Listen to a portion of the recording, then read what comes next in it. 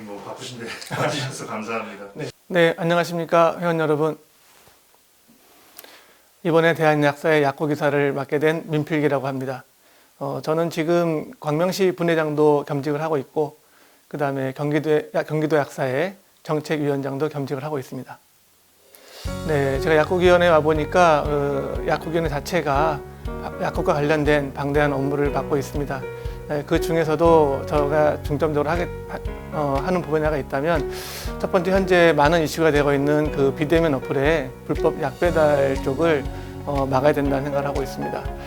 얼마 전에 그 비대면 어플을 통해서 한약국에서 약국 행세를 하고, 또 게다가 불법 복제약을 또 택배 배송도 하고, 이런 부분이 큰 이슈가 됐었습니다.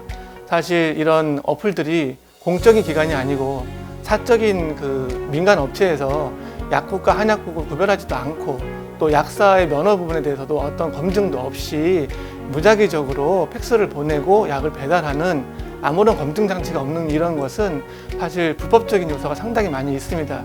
대한약사에서는 이 부분에 대해서 좀 강력하게 조치를 취할 예정이고, 앞으로 이제 새로운 정부가 이 비대면 진료에 대해서 어떤 제도적인 측면을 도입하겠다고 하는데, 그런 부분에 대해서도 국민 건강을 수호한다는 차원에서 어떤 약사의 의견을 좀 강력하게 낼 예정입니다.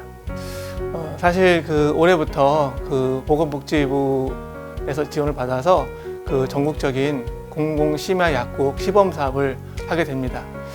사실 기존에도 이제 서울시나 경기도 또는 광주시에서 지자체 조례를 통해서 약국의 지원을 통한 공공심야약국을 새벽 1시까지 하는 이런 제도가 있었는데, 사실 전국적인 제도는 아니었습니다.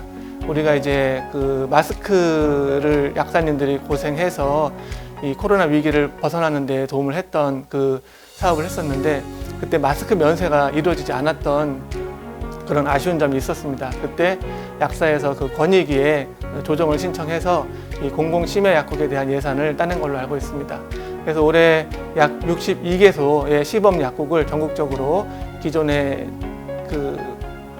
하던 그런 약국이 아니고 그 다른 지역에서 그런 부분에서 이제 62개 약국을 선정을 해서 공공심야약국을 시범 사업을 하게 됩니다.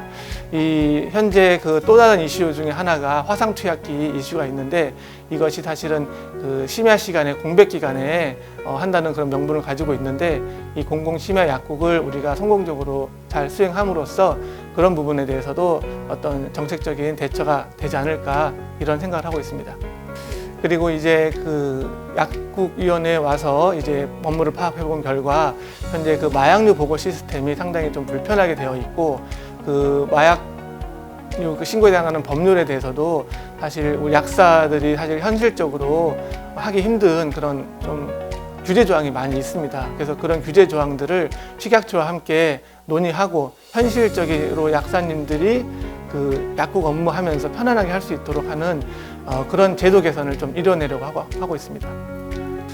사실 그 지금 현재 그 약 배달 어플 이쪽 부분은 사실 4차 산업을 육성한다는 어떤 명목 하에서 새로운 정부에서 이제 진행을 하고 있고, 그다음에 뭐 청년 스타트업 이런 쪽으로 해서 또 그 진행을 하고 있는데, 사실 국민의 건강과 관련된 부분은 뭐 이렇게 일자리 몇 개 만든다 이런 차원에서 접근하면 안 된다고 생각합니다. 4차 산업도 마찬가지로 국민의 건강을 다루는 분야의 하에서는 많은 검증과 시행착오 이런 부분에 대한, 왜냐하면 이것은 한번 잘못되면 국민의 건강이 망가지는 문제이기 때문에 우리가들이 그 정부에서도 전문가들이 이야기를 많이 듣고 만연에 발생할 수 있는 부작용들을 최소화하면서 점진적으로 진행을 해야지, 이거를 뭐 이렇게 그 4차 산업에 대한 뭐 미래를 준비한다 이래서 아무런 검증 없이 하게 되면, 지금 자율주행차 같은 경우도 엄청나게 긴 시간 동안 1단계, 2단계, 3단계를 통해서 안정성을 점점 확보해 가는 그런 단계를 거치지 않습니까? 자율주행차로 신기술이라고 해서 막 허가해버리면 사고 나고 사람이 교통사고로 죽고, 이걸 누가 책임집니까?